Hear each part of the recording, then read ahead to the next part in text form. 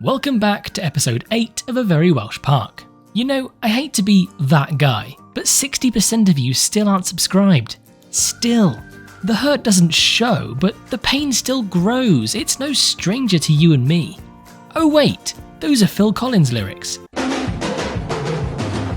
There's only one thing I can feel coming in the air tonight, and it's this video. And you obviously felt it too, since you're here. And for good reason, we're building another coaster. There's a lot of custom supporting to do today, so let's crack on whilst I tell you about our park's new addition. From 1983 till 2010, Alton Towers was the home of the iconic kiddie coaster, Beastie. Yes, this beloved Super Dragon MD31, catchy model name, stood proud for 27 years before being relocated to Barry Island in Wales. Yes, you heard that right, Wales. So you better believe it's being relocated again, but this time it's only going down the road. The in-game kiddie coaster is modelled on a more permanent attraction like a Tivoli, whereas Beastie is very much a travelling coaster that looks like it could fall apart at any moment. That's why you're watching me painstakingly fully custom support the entire track. I watched POV after POV to get the track layout right and put all these little pieces in the right place.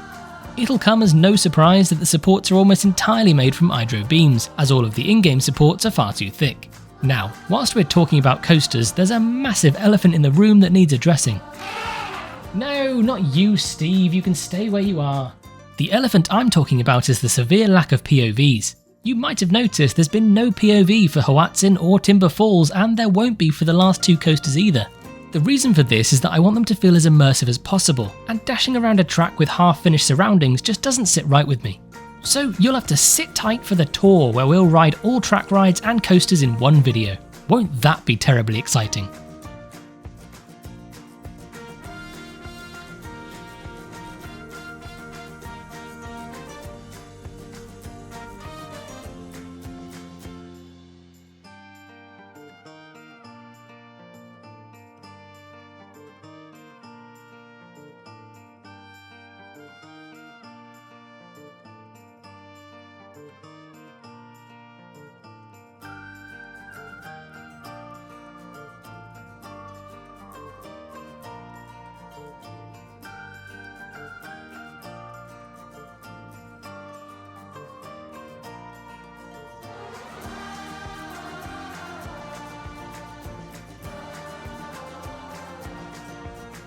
As you sit here watching this at 4 times speed with chunks edited out, please try to imagine how long this took me and spare a thought for my mental health.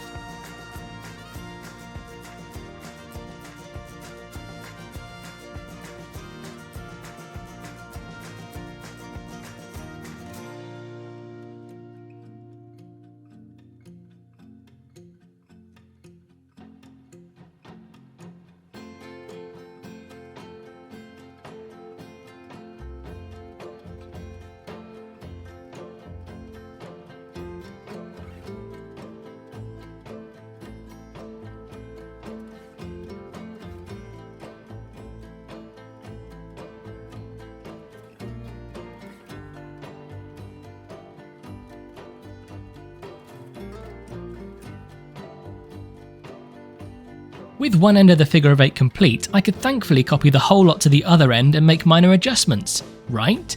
Of course not, as for some reason the support structure is completely different on the other side.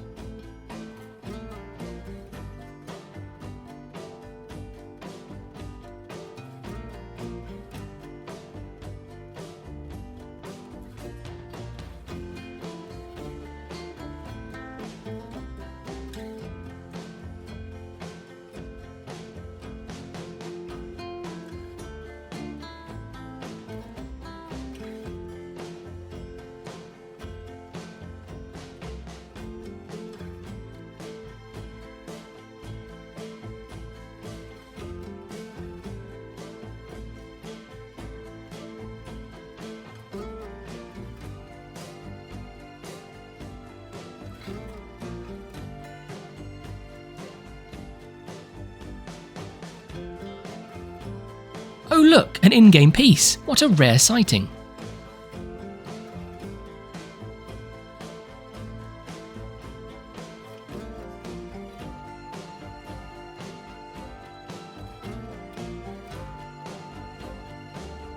Yes, these struts really are as uneven as you see here.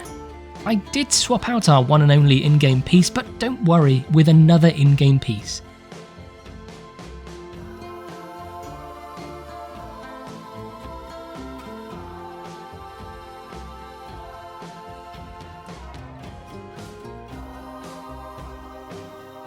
More copying from reference for the rest of the supports. If you're wondering whether this got tedious for 4 hours straight, yes it did.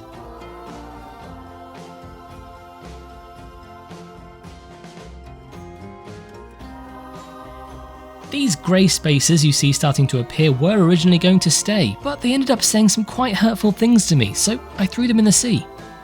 What? You want the real and very boring reason? They clashed with the future ground cover. See, I told you it was boring.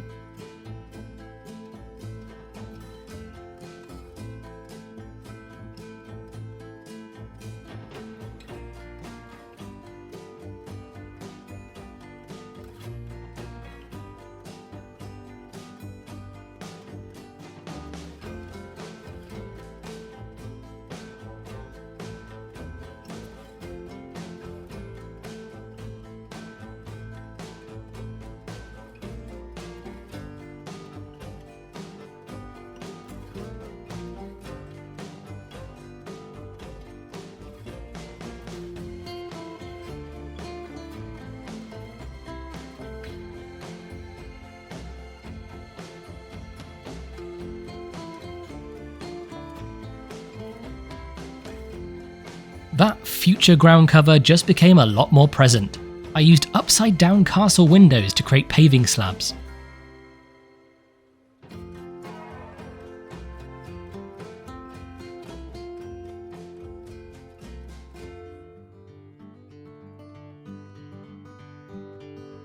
With the full grid complete, I recoloured a bunch before dilapidating the whole thing.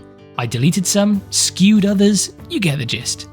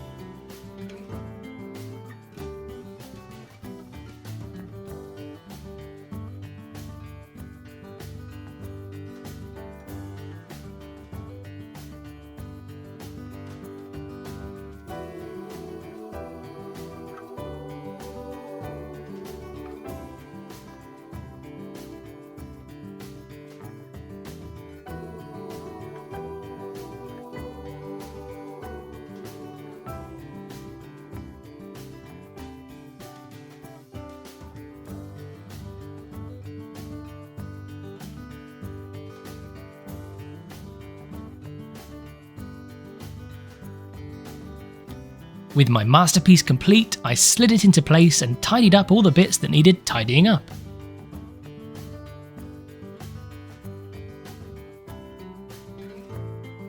Time for a bit of foliage. I dotted a few trees and then added some weeds to the ground. You might be wondering why there's such an abandoned patch of land here in this new park. Maybe something was here before. Well, I know the true lore behind it, but do you? Leave a comment if you think you know the lore too.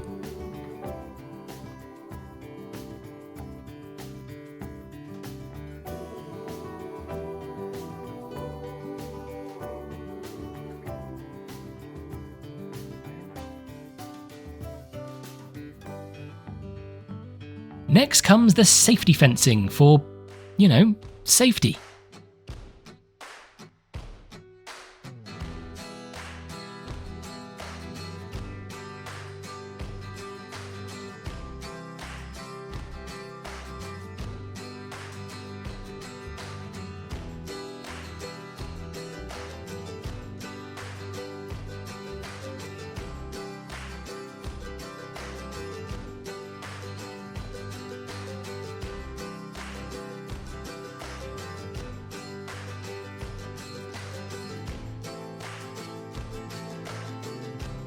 Next I built a log store.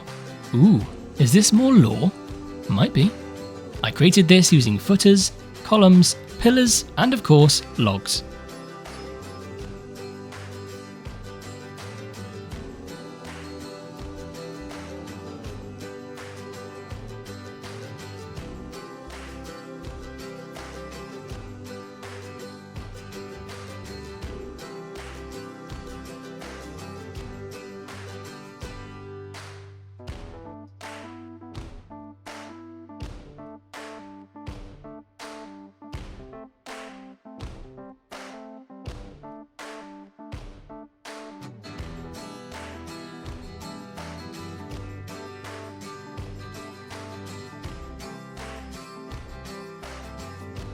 holy goodness, we're onto the station already, the basis of which is made from natural wood plank walls.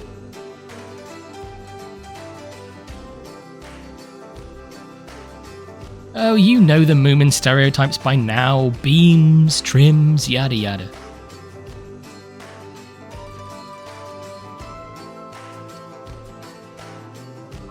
I used a lot of the same aesthetics from our food court across the way for, you guessed it, cohesion.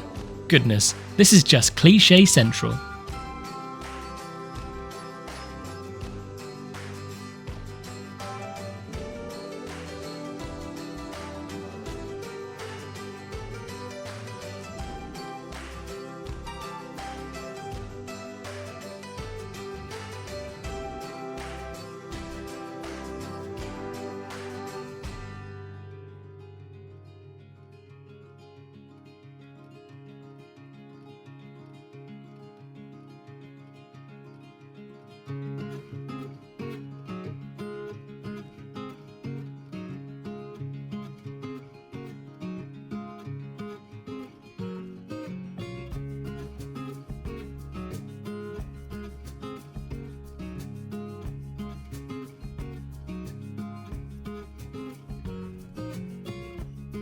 I gave our station a foundation using the haunted house stone wall base.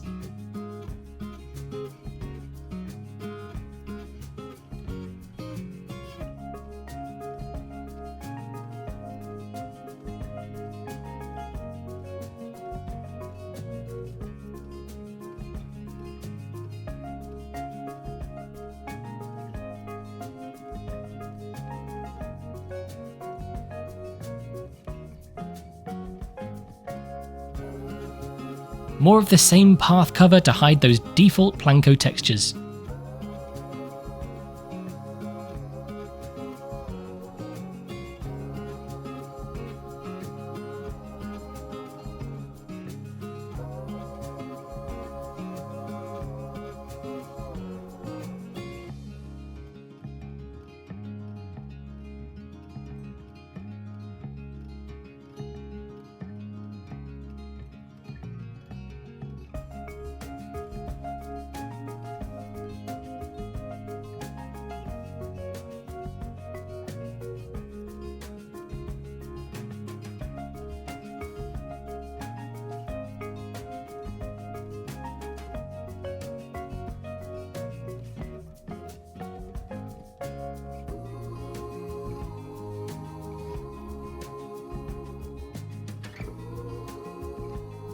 What a lovely queue.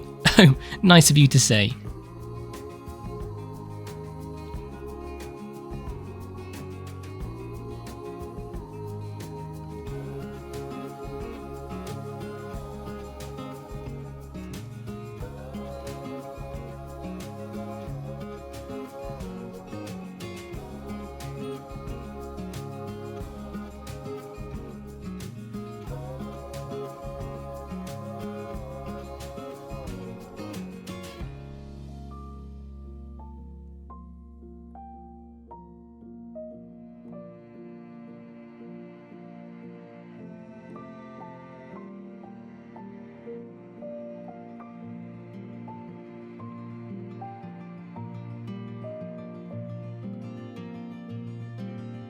I slapped a roof on top before doing even more trim work. Well, it is me after all.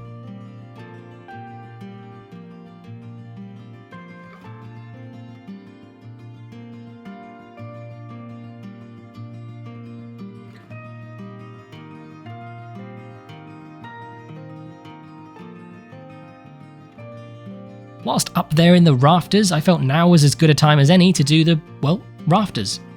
Should I have done this before putting the roof on? Oh, be quiet.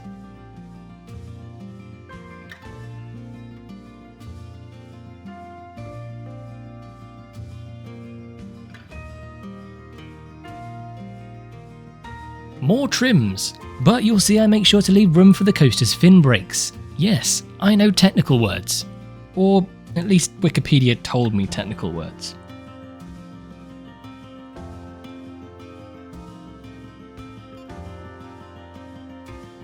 Before making a start on the interior, I decided to take a break, but I realised there was nowhere to sit, so I created a plaza.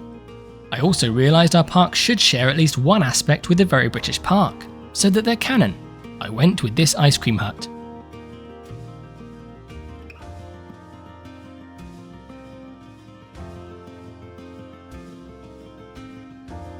With the shop and plaza in position, I laid some cobblestone.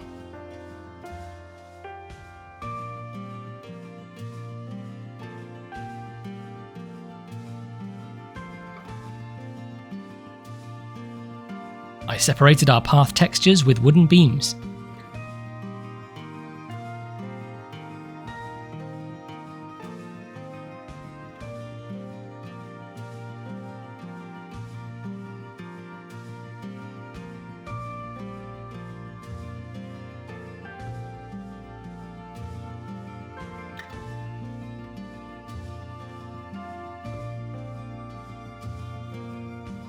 Before fencing off our ride area completely, we need to leave access for maintenance. I added the relevant signage and a super sturdy chain that not even rogue juveniles can infiltrate. Gosh, what a great callback to episode 2.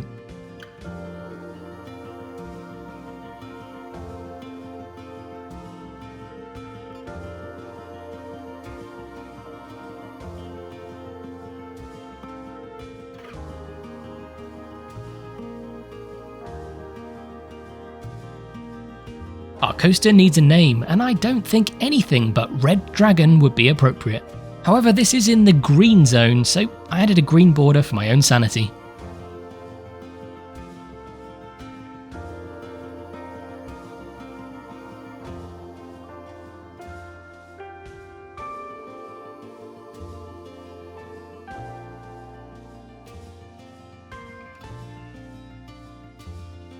Now I've had a sit down and an ice cream, we can crack on with the interior, starting with some wooden panelling.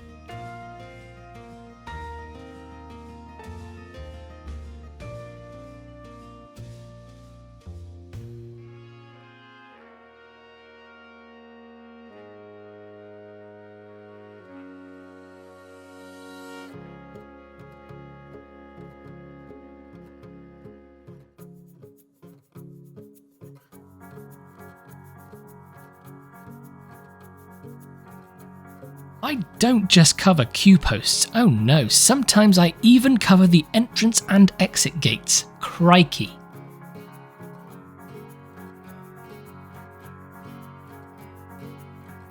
Time for a whole heap of detailing, including baggage holds, electrics, and secondary ride controls, which I even went to the effort of making flash using sequencers, by the way.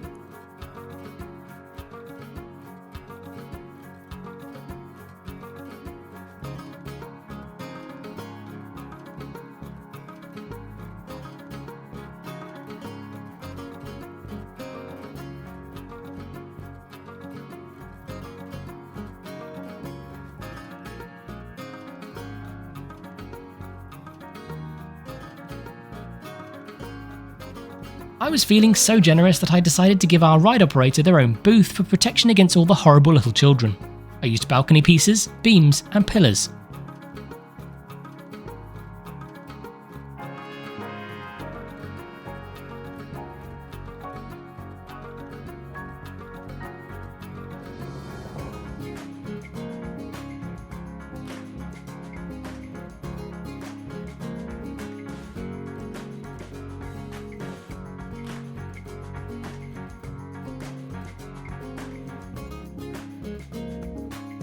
I even detailed the interior of an interior using electrics, signage, posters, an office chair, and a clock.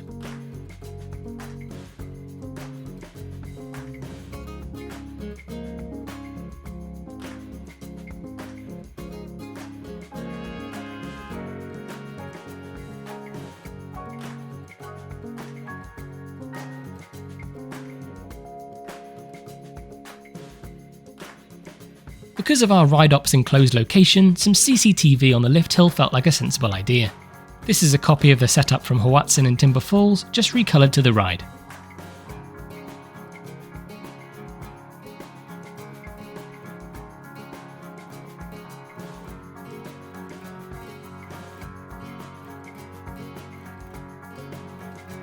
Said CCTV can be viewed from this handy monitor above the operator's head. I'll add custom media to this once the park is complete.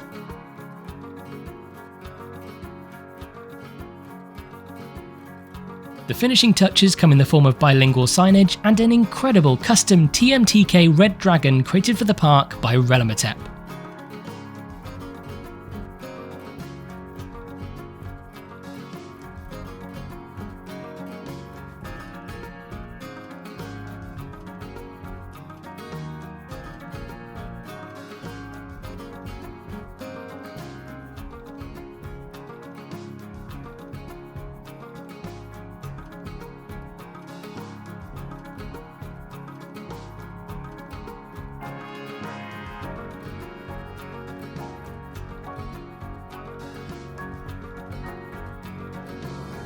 You better believe I also slapped this bad boy in pride of place on the entrance too.